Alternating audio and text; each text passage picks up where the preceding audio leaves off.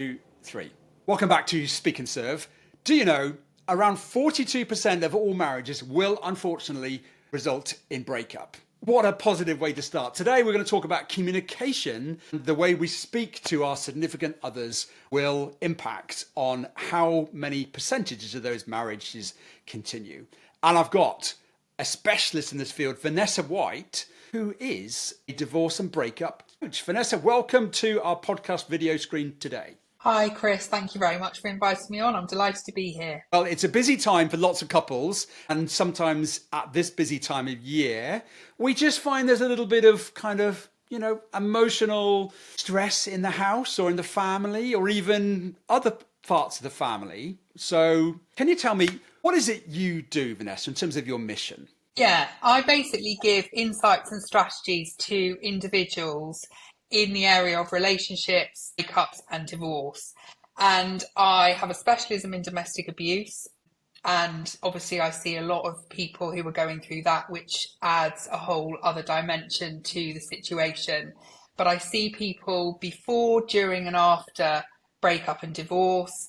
And I find that, there are so many topics that I cover, and I actually obviously listen to what they're going through, but I give them actual insights and strategies so that they can actually move forward from where they are to a better place. First off then, in terms of relationships, why is it that poor communication can result in breakup? I think, I like to think that a relationship is kind of one long conversation, actually. So, we are never kind of stopping communicating with our partner.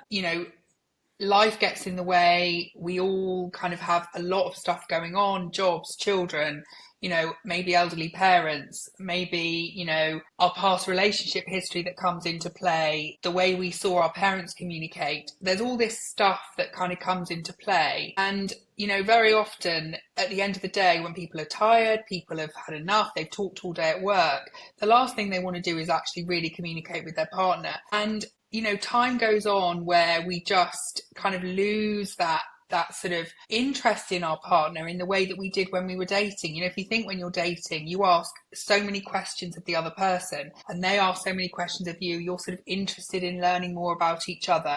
And obviously as you get to know each other better, that kind of goes because you know each other.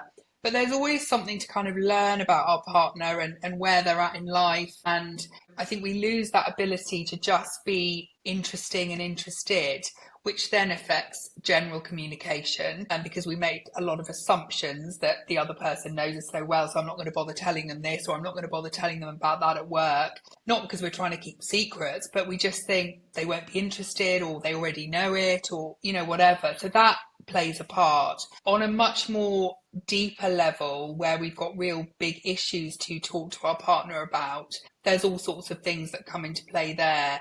And I think we very often either don't want to upset our partner, or we think they won't understand, or when we've told them something previously that's been quite major to us, they've reacted in a way that we didn't find helpful or kind, or they didn't listen to us, and so we don't bother again. We think, well, I'm not going to do that again. Or we just actually are drifting apart from our partner and we just don't want to tell them things anymore that are really meaningful for us. And obviously if that goes on, that is a problem in a relationship. That word assumptions you talked about there, it's one of those words, isn't it, that we assume that the other person knows how we're feeling, and yet we actually haven't clarified how we are genuinely feeling. And just to assume that they know, is that sometimes the nub of the issue? I think unspoken expectations is generally not a good way of being in a relationship, because if we think that our partner understands what we're thinking or what we're meaning, but we're not clear, then that is a problem, because we don't know. Unless we tell them, they don't know what we're thinking or meaning. And I'm a massive one for clarity on every level, actually. I think one of the issues we have in relationships very often is that we actually don't communicate our needs and feelings very often to our partner. And this can start right back, at the start of a relationship. And if we don't communicate our needs and feelings to our partner, they're not going to know what they are, and they can't possibly do anything to try and meet those. And what can happen is we then abandon our own needs because we just think, well, they're not listening to us, or they're not understanding what we need, but we haven't actually ever told them. So that sort of assuming, you build up so many layers of thinking they're thinking this, they're meaning that. But if you just have that conversation, it clears all that away. I also think, if you can't actually express your needs and your feelings to your partner, either because you're frightened of the way they're going to react, or because you feel that you're not listened to, then that is a problem in the relationship, and you want to be really aware of that. We should feel comfortable, even if it's something we think they're not going to want to hear. We should feel comfortable enough with our partner and safe enough to be able to tell them things. I'm a great believer when I'm working with people to give them tools or frameworks of how to use our voice and our communication in a powerful and impactful way. So let's just say we've got that example of assuming that the other person is aware of how we're feeling. How can we ask a question, or how could we frame a question that gets rid of any uncertainty about assumptions, Vanessa, from your experiential point of view? So asking a question, if I'm the person who's feeling certain things, do you mean? Yeah, so let's just say, obviously we're not, but let's just say I'm assuming that you know how stressed or anxious I'm feeling about my job. Actually, you've not expressed any empathy for the fact that I'm feeling stressed and anxious. So how do I give you a question or a statement without it becoming antagonistic or combative in terms of my desire to tell you that actually you don't get me, Vanessa? I think that's really interesting. And I would say on any level, we want to try and avoid you. So using the you don't understand me, you don't get me, you're not listening, you're never there for me, all that sort of stuff. Because as soon as we go you, that person on the receiving end is like, oh, they're talking to me and I don't like that. So we want to kind of frame it very much of how I'm feeling. So if I was in your shoes, and you could say, I am very aware that you're really busy at the moment, and I know that you don't have a lot of time. I would actually just really like to maybe have some space that we could have a little conversation, because I've got some stuff going on for me that I'd really like to talk to you about, and I don't want to just throw it into you when you come in from work and you're really stressed. So can we find a time when we can just have a conversation, and I can tell you a little bit more about how I'm feeling? That gives the other person an opportunity to obviously agree to that. Also, if they weren't particularly aware that their partner was feeling bad in some way, it highlights that, because they're telling them there's some stuff they want to talk about. And they can then say, oh my goodness, I didn't realise that you were feeling so awful, or that there was something going on for you. And look, you can tell me that any time. That's their opportunity to come back straight away with some empathy and some understanding. Or even if they can't do that, at least then they are aware, and they can say, yeah, let's make a time, of course. Why don't we do it later after we've eaten? Or, tomorrow I've got a clear diary, let's do it then. It's giving that opportunity. So that's the kind of way I would frame it. So not going in the you or the criticism, but explaining how you're feeling, where you're coming from, and actually trying to highlight you're going through some stuff and you'd like to talk to them about it. Just with that in mind then, in terms of getting the time right for communication, I know in a corporate setting, sometimes I talk to a client to say, we almost have to design communication into our weekly meetings or our client meetings. And we actually have almost a strategy meeting where communication is facilitated. Do we need to go to that level as partners to almost diarize in a communication meeting to put this thinking fish on the table? I know that's what I've just said in that example. I would say no. Obviously, in an ideal world, as I said earlier, we should be communicating. And it doesn't have to be great big sit down summits, where we're sat across the table and we've got to talk these things through, whatever's worrying us. It should not be like that. And I would say, we're not in a corporate environment. We're in a home, in a family, in a loving romantic relationship situation. hopefully. So no. However, I think if your communication styles are poor with each other and all those things that you just never find time, you're always one's with one kid doing football, one's with the other doing ballet, then you come home, you fall asleep on the sofa, all this kind of stuff going on. And actually, you're not really in a room together where you can have a conversation if it's something that you actually really want to address that's quite significant for you. I think sometimes that is the only option. And it's not about sort of texting, can I have a space in your diary for conversation next Tuesday night? It's expressing that you would like to, but sometimes you do need to put time aside to actually do it, and prioritize it. I think that's what I would say. It's got to become a priority. If it's never a priority and it doesn't naturally happen, I actually think you do need to bring it in consciously as a priority in your relationship. I really like that prioritization. And also, previously, you were talking about the fact that just because it's right for me to talk about it now, it might not be right for you. And therefore, can we find a time when we're both thinking about communication together as a priority? I really do support that. Great takeaway there. So let's just say, I don't know, we're 7-8 years. There's that wonderful sort of 7-year itch phrase. And we're finding conflict is happening more and more. And we're almost accepting the fact that this is just where we're at. And we're just, we're two ships moving further and further apart. What would be your advice for somebody perhaps who's listening now and they're finding themselves as two ships that are moving further apart?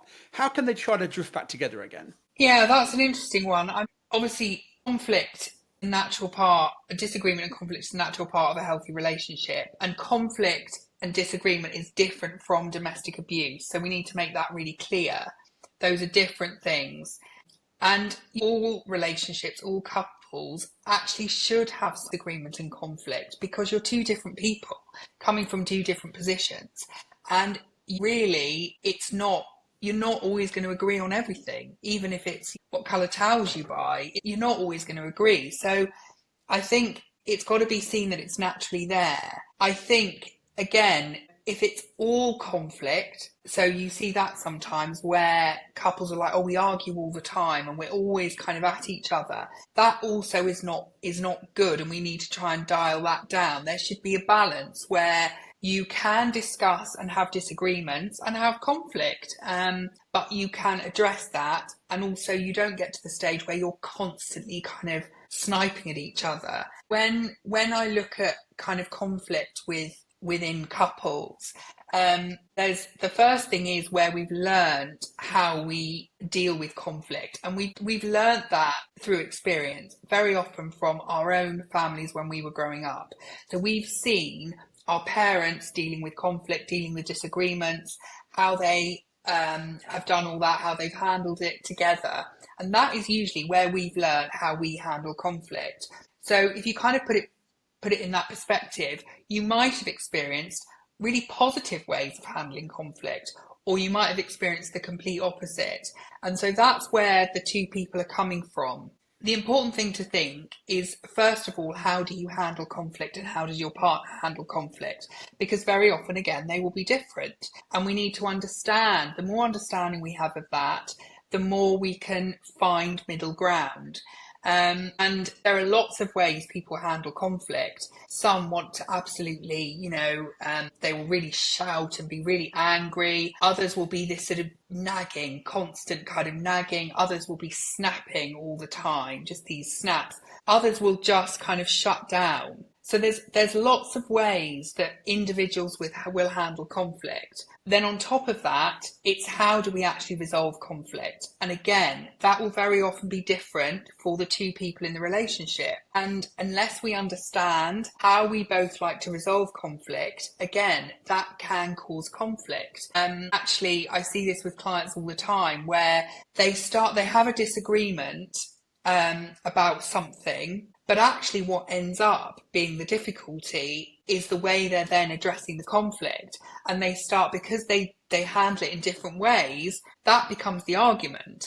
Because one handles it by wanting to go and have some space. They don't want to kind of shout it out. They want to go and have some space, think about it, reflect on it, sleep on it.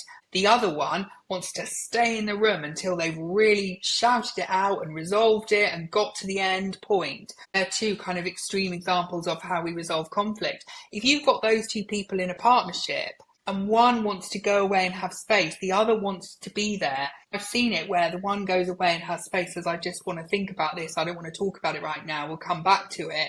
The other one is following them through the house, going, I want to resolve it now, don't walk away from it. That becomes the conflict then, not the actual original thing they were arguing about. Do you see? So actually, by understanding, you can't change the other person and how they handle conflict or resolve it. But by understanding how you both do that, you can then find some middle ground and some compromise so that it's not one trying to leave the room and the other one following around the house shouting, saying, don't walk away from me, I want to resolve this. And so it's again communicating about that. And you know, that can be around saying, you know, we seem to be arguing a lot at the moment, which I really, really hate. And actually, I've noticed that we kind of want different things when we're arguing. I've noticed that I like to walk away and think about it, whereas obviously, you know, you don't, and you want to kind of really resolve it and kind of shout it out in the room till it's resolved. And I just wondering, you know, we end up arguing about that. And what can we do about it? What do you feel we could do? So actually talking about that, and again, it's not going wrong, you know, you like to shout it out. It's not that. It's that sort of conversation, which is then how you find the common ground so that you can manage conflict in a much more healthy way. In some of the examples there, I could hear you raising your voice, and also you're maybe using some body language. You're pointing. The adjective of you was there.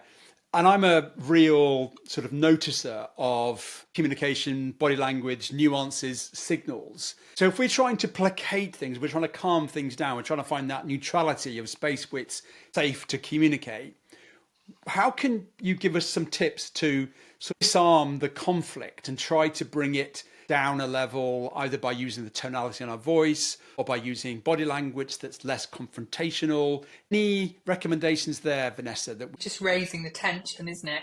Yeah, I mean, it's interesting because I agree with you. Non-verbal kind of cues and body language are really important. And I think obviously with our partner, we know them pretty well. We should do. And so we recognize those little cues and when things are escalating for them because we know them. I think it's things like, it's quite simple things in one way of like sitting, not standing. So if somebody if you're both standing and it's getting quite heated, just by simply sitting, you know, by saying, let's go and sit down and talk this through, actually that de-escalates things on a level straight away because you're not sort of one stood confronting the other, which is quite intimidating. And you get a bit of distance between yourselves. You're sitting, which calms things down. It's much more then of you're in a talking locality where you chat.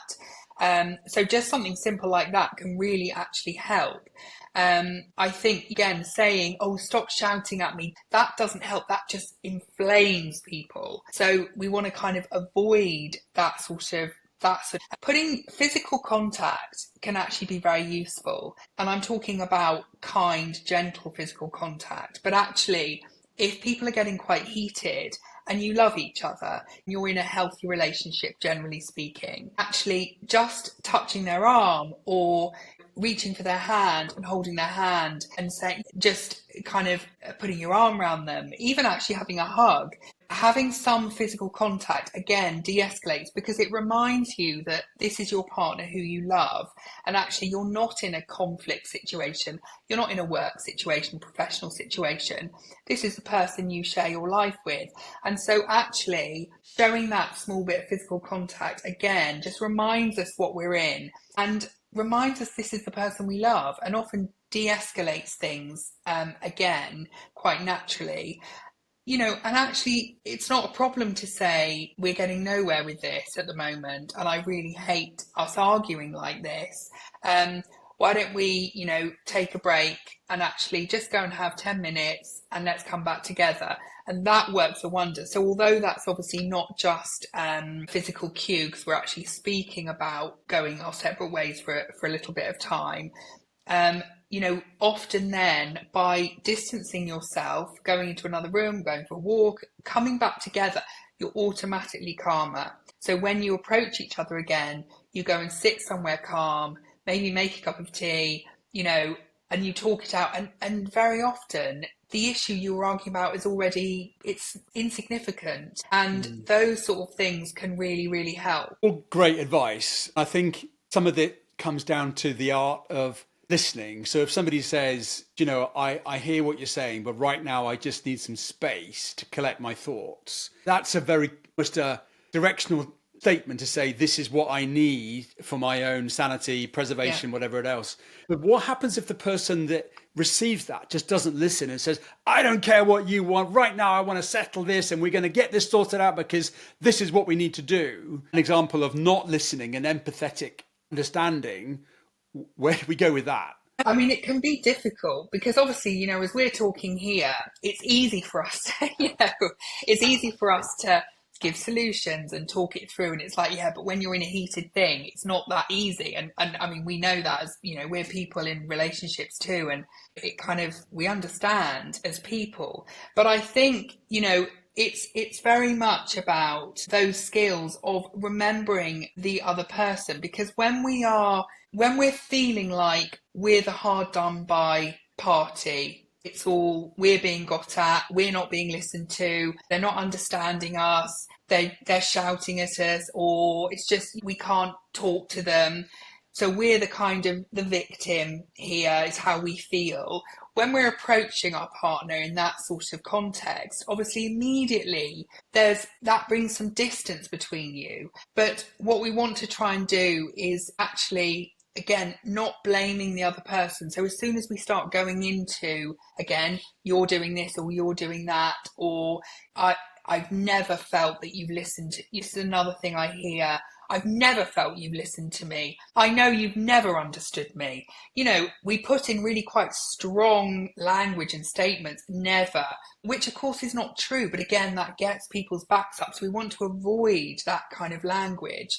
Active listening in couples and listening generally is really interesting, because when we love somebody, we often want to go into problem solving. We want to go into giving solutions. And that's another thing I see, where actually that's not really listening to the person, but because we care, and if we think they're going through some difficulty or they're sad about something, even if it's sad about something we've done, we go into kind of solving the problem, telling them what to do, which is all meant from a lovely place. But actually that's not really listening to somebody, because we may not be able to solve their problem. We may not be able to offer a solution, and they're not necessarily looking for us to. They want us to show that we are listening, which is by letting them talk uninterrupted, acknowledging their feelings, acknowledging their concerns, but not immediately jumping in with a solution and an answer. And, there may not be an answer or a solution, and that is okay. But what they've needed is for you to sit and listen calmly, let them talk, let them express themselves, not judge them, not give your opinion, not solve it. And actually, very often that's enough. And I think that can be really difficult in couples, because you have this thing of wanting to do it, wanting to make it better. And that can impinge on real listening, I think. Yeah, that statement of you never listen, you've always never listened. It's such a crass generalization. I've almost got a picture of Federer and Nadal on the baseline just swapping great forehands. Right, I'll hit it back and you hit it back, and it's like, oh. It is, and it's awful, because those kind of statements which you don't actually mean, that's the thing. I mean, yes, occasionally that is going to be what's meant, but often, especially when we're in a heated discussion, we don't mean they've never listened, you've never understood me. But you just said you never listened to me. But unfortunately, what the person on the receiving end of that takes away, that will be the bit they take away from that conversation. And I think that, again, we don't really consider that. So we will take away, if I got told that, you've never listened to me, you've never understood me. I know there could have been 200 other things said in that conversation, but I know I will go away from that conversation and reflect on that statement. you've never understood me, you've never listened. And I will think, but I have. And you think that can really affect people. And it's that kind of thing that we throw in. People are human, we throw it out to kind of in conversation. But I think we have to be so careful and considered that we don't use language like that, because it is those takeaways that very often can actually really hurt people, and they're not meant to. Then they haven't been meant in that way. Also, we don't say them up for later, because I can hear a conversation that says, see, I told you never listened to me. And then, boom, we're straight back into conflict again, aren't we? Yes. What about... It's interesting. About the two sides of, let's just say it's Vanessa. There's the Vanessa the person, and then there's Vanessa and all your friends and family saying, don't put up with this, Vanessa. Go on, here it goes again. Stick up for yourself, Vanessa. How do you park the two Vanessas that are in that argumentative or conflict situation where there's almost two sides wanting to be represented here? Gosh, that's a really good question. And I think it's not easy, because in an ideal world, I think it would be really great if everyone showed up in life generally, actually, but in relationships where they're coming from a position of being pretty secure in themselves, in their own right. They know their worth, they know their value, they respect themselves, they understand their needs, they understand what behaviour is acceptable to them. If we all showed up like that, it would be amazing. I mean, generally in life, but unfortunately we don't. Not all coming from that perspective. What that means when you've got insecurities, you've got all the stuff that's come before in relationships where you haven't been listened to, or, you haven't stood up for yourself. All those things come. And so you actually facing those situations, the more insecure you are within yourself, the more likely this other voice, the Vanessa, the other people, your history, your baggage, the other people in your life, the bigger that is going to probably play a role in your dialogue with your partner, I would say.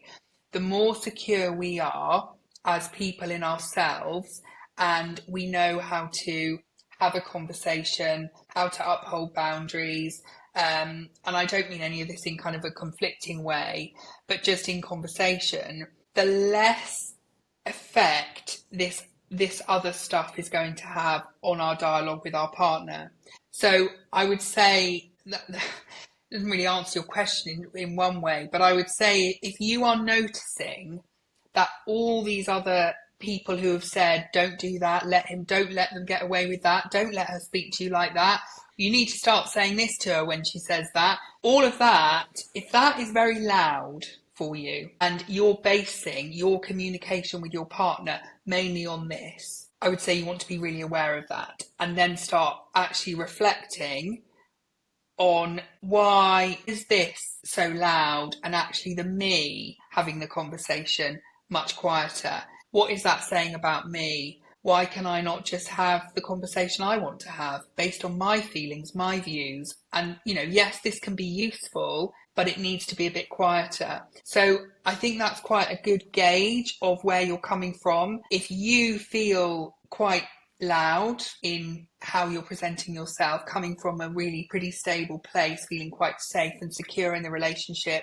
in yourself, feeling comfortable, being able to have conversations in your own right, from your perspective, this will be quieter. When this is really loud and is dominating the way you have dialogue with your partner, I think you need to definitely be aware of that and be quite reflective as to why.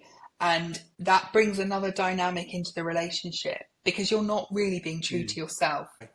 We're going to move now into prevention. And let's just say you've talked about all the ways that we can improve or try to be better with our communication, but perhaps you've just affirmed to yourself that actually I think that breakup is the reality, which, I'm a great believer that what we think we can then become true. So I would personally challenge as to whether or not that's even the right belief structure to have. If we're thinking about breakup, is it friends and family to go and talk about that with, or would you advocate going to a third-party specialist like yourself, Vanessa? I would say both, actually. I'm a massive, massive advocate. If you are going through difficulties in any aspect of your life, actually, but if we're talking about relationships, and if you're on the verge of a breakup or you've just broken up with somebody, I would say having support around you is really, really key. And actually, that support can come from anyone. It can come from friends and family. It can come from work colleagues, someone you play tennis with that you don't maybe know that well, but actually you offload to them, maybe because you don't know them so well, but you see them regularly. Or it can be a professional like me. And I think there's no right or wrong, and there can be a combination of all of that, actually. I think it's really important because, we know ourselves, our mental health is so important. Breakups, heartbreak, divorce, all that stuff takes a massive toll on our mental health and well-being. And I mean, divorce itself is the second most traumatic life event we go through after death of a loved one. So that kind of puts it in context. But even if you're not getting divorced, heartbreak hurts. You feel it. And actually, by bottling all that up and having it all inside us and having no outlet to be able to talk, vent, look for options for yourself, what you do next, all that kind of thing, then it can be really, really difficult. It can take a real toll on us emotionally. It can really affect how we then react and what we do next. So I would say getting support, whoever you get it from, and it could be a combination of all. I think it's really interesting because sometimes friends and family are not the best source of advice or support. Example being, say your partner has an affair and you know about it, you find out about it, which is obviously very traumatic. If you are trying to work through that and you tell all of your friends and family about it, and essentially, obviously, they're going to come in support of you. So they'll be saying to you, oh, isn't she awful? God, how could you, terrible people. I've never liked them. They've always been awful. All this stuff comes out. Then you resolve and find a way through with that partner and you stay with them. But all your friends and family have basically been pouring out what they really think about your partner and all that kind of thing. Obviously, that is a really difficult situation to navigate further, and I've seen real rifts in families where that has happened, and then the people have got back together and often have lived happily, but it's caused actually a huge rift because the person is like, I never knew you thought that about them, or it can be very difficult. So I would say in those kinds of situations where there's something where it could be quite sensitive, sometimes that is better to just get help from a third party like me who's not emotionally involved. You can say what you like and you can work through it without the fear that if you get back together or you resolve the issues, there's going to be problems later on. It's sage advice there, Vanessa. Thank you. Often you've talked about affairs, but there's other things that happen in life. Children come along for the first time, stressful job situations, even the stages of life, whether it be midlife, male infertility or menopause, post-menopause, a loss of a loved one in the family that's important. These are really massive events there. And that's sometimes where the fractures in a relationship become almost fissures. Where are you on that? Where one side of the partnership is perhaps suddenly feeling not loved, or they're no longer important, or their needs aren't being met, either physically or emotionally, and they suddenly want to have more from the relationship, but the other party can't give it because they're under stress, or their hormones are changing, or even their mindset's changing. How do we navigate through those difficult aspects of life that will come and hit all of us like waves? Yeah, of course. That's the circle of life, isn't it? I would say one key word is patience. So actually practicing patience with your partner when they are going through a major life crisis or event. Again, understanding that those events can trigger different emotions and people react differently to different things. So being patient with each other as you navigate those feelings is really important. And also, if your partner is feeling a certain way, but you think, well, it wouldn't bother me. Why are you so upset? You wouldn't be so upset with that. That's not how we want to be dealing with our partner through things, because we all we all differ in how we get triggered by things, by what emotional events cause us bigger problems than somebody else. And so we want to be, even if we can't understand why it is affecting them so much, we must just accept that it is. So questioning and kind of essentially judging them for how they're reacting is not a good idea. We just need to accept at this point they are really struggling with this. Whether we would or not is kind of irrelevant.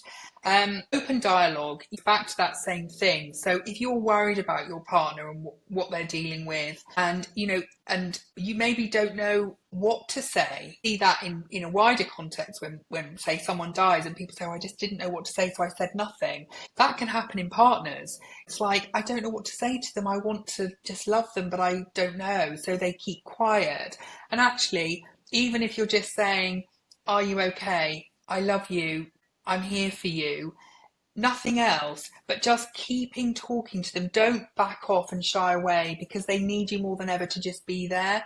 And it doesn't matter what you say. It's being there and saying something is what's important. I think, again, helping them kind of find a way forward in a calm way, because very often when someone is very, very emotional about something, we can't make good decisions. Our judgment is off very often. I mean, we know ourselves, and actually helping them calmly to find a way forward and help them to make some decisions can be really, really useful. So spending some time with them where they've maybe got to make some judgment calls, but are they're struggling, you with a bit of a more clear head can actually help them do that.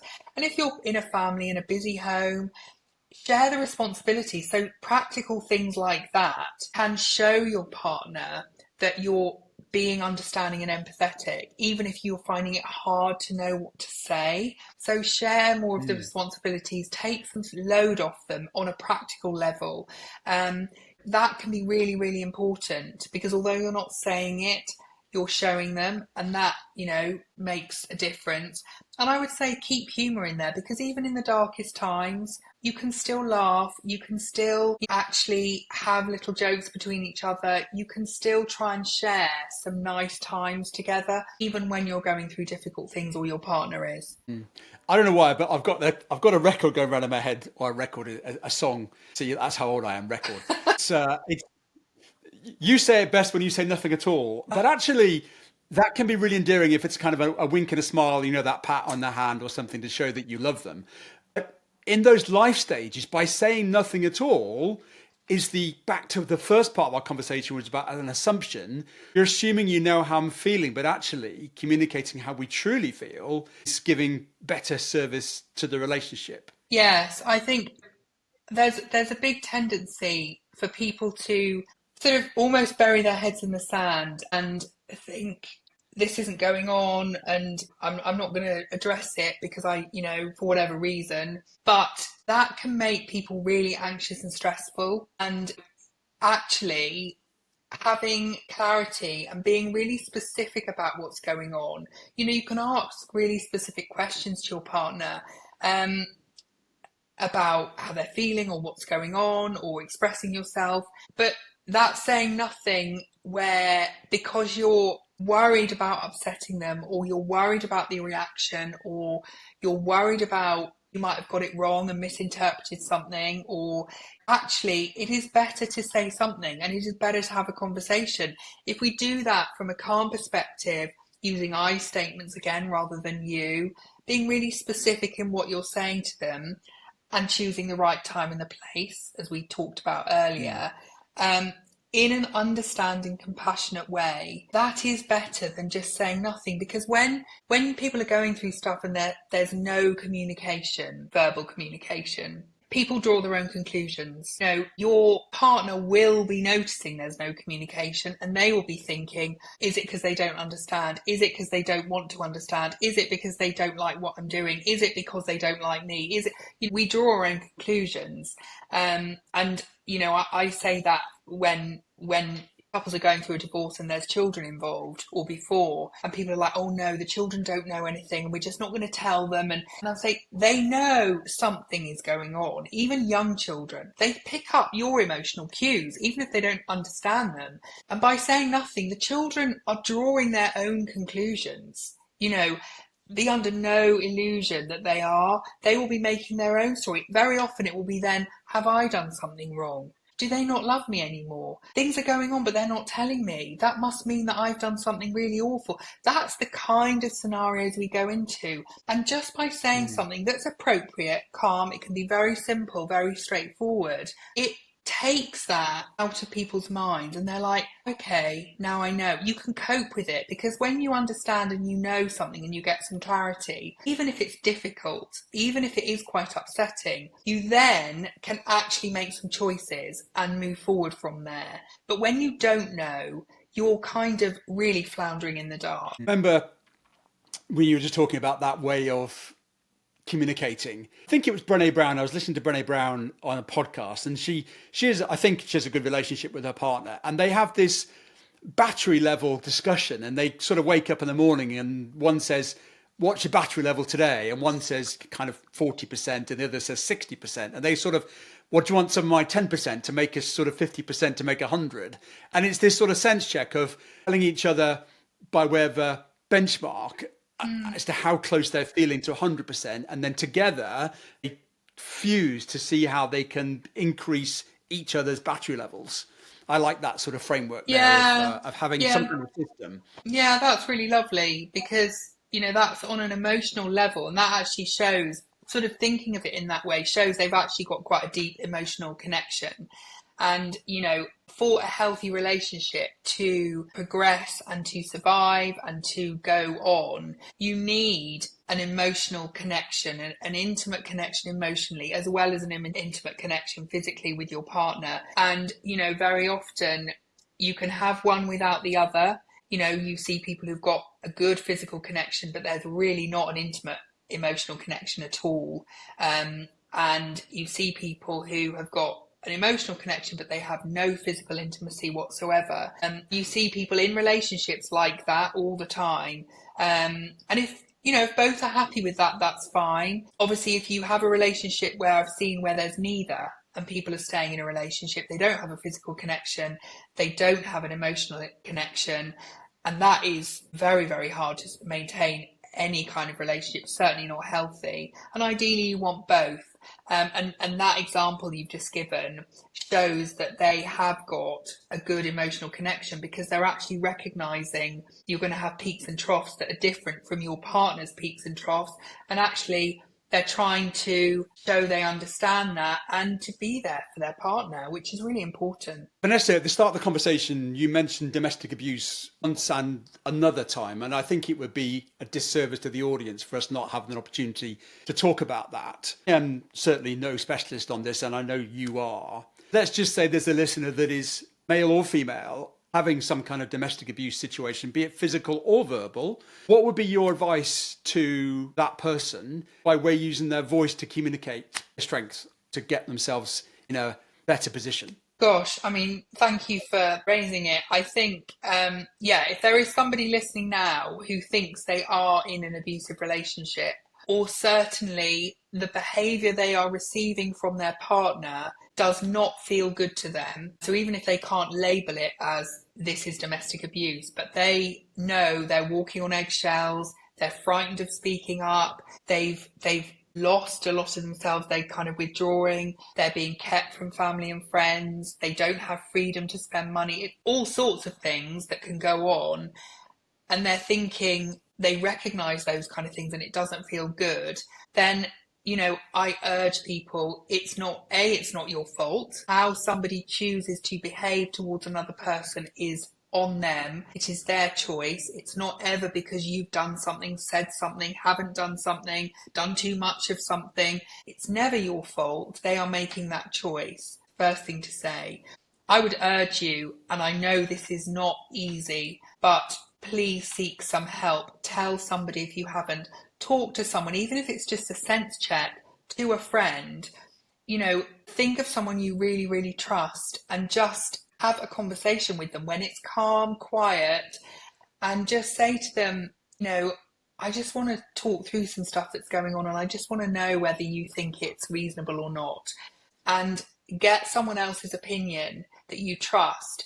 From there, you can then do something, take the next step if you want to. But at least if you're not sure, if you feel pretty sure, and I would say talk to somebody again. If you kept it quiet, talk to anybody, a friend, a family member, a work colleague.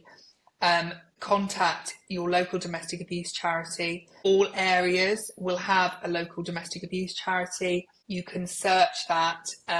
Most of them have a button, all of them have a button on their website. So if you're frightened of your partner seeing you searching for that, you can immediately press one button that is stop, and I don't think it shows up in your browser history. But look for advice, speak to them because they are experts. There is a brilliant charity called Mankind, which is a domestic abuse charity specifically for men as well. They do amazing work, and, obviously the statistics are at the moment 1 in 3 women, 1 in 6 men will undergo domestic abuse of some kind in their lifetime. Those are pretty stark statistics. So, you're not alone, and there is somebody to help you. And so seek some help initially, speak up and say something. If you are really frightened for your safety and or your children's, get out, get out somewhere because, obviously you've got to be safe. And if you really feel you are living in fear, then do what you can to get out and seek help. But there is always help, and it is not your fault. And I help people recover from those kind of relationships, help people work their way through that process as well as kind of being in it and helping them kind of understand and try and get out of it. So I'm always available to help people. You're not alone. I think you'll be surprised at the reception you get when you talk to someone about it. But the channel at the end of the day is called Speak and Serve, and I think it's not just commercial context, but it's also how we speak through our voice and even through our fingertips to make sure that we use our voice as a position of strength. And Vanessa, if they were to reach out to you, what would be the website and the best way to do that in order for you to give them that counsel or advice? Yeah, so my website is www.vanessawhite.co.uk, and on there you will see links to be able to reach out to me, to book an appointment with me. My email address is on there as well, so that's a good place to go. I am on Instagram, I'm on TikTok, I'm on YouTube, I'm on LinkedIn, again Vanessa White, so you will find me, and again you can find ways of contacting me, or you can message me directly via those means. So yes, I'm quite easy to find if you want to. Thank you. And I'll obviously put those details in the show notes. And I do like to end on, a positive. And we've really gone into the detail today about relationships. Of course, nothing's ever perfect, I don't think, in this life, but understanding that perfection can also lead to perfection is an understanding that it's worth spending time with. But what would be your 3 fundamentals, Vanessa, for leading a long, healthy life that is normally associated with good relationships too? What would be your 3 fundamentals, Vanessa? I'm not an expert in long life, but I would say understanding your needs and values in life. So what really matters to you, and that is within a relationship too. So understanding this is what I need to be happy, and don't abandon your needs to stay in a relationship with someone or to try and get into a relationship with someone. Your needs are really important, and your values, and actually they should count above anything else, really. And so don't abandon those just to be in a relationship with somebody. I think fundamentally, if you feel scared, and I think I said this earlier, or unable to communicate with your partner or anyone actually in your life because you're scared of their reaction, or you think they may leave you, or you think they may not want to date you again, then you really need to think about that, because we should feel safe with people in whatever context to actually communicate our needs, our feelings, our emotions to them, and not be fearful. And I think that's really important, because I have lived where I couldn't do that. And so now for me, that is really fundamentally important and really quite liberating. Understand your needs, feel safe. Anything else by way of just spend a long, healthy life?